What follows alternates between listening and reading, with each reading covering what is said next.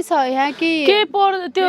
यो भूकम्प पीडितमा पनि त्यसैले यो सरकारसँग हामी कुरा गर्छौँ, यहाँको स्थानीय तहसँग हामी पनि एकचोटि कुरा गर्छौँ यही विषयलाई लिएर। सबैको हात खुट्टा हुने, राम्रो गर्ने मान्छेका घरमा चाहिँ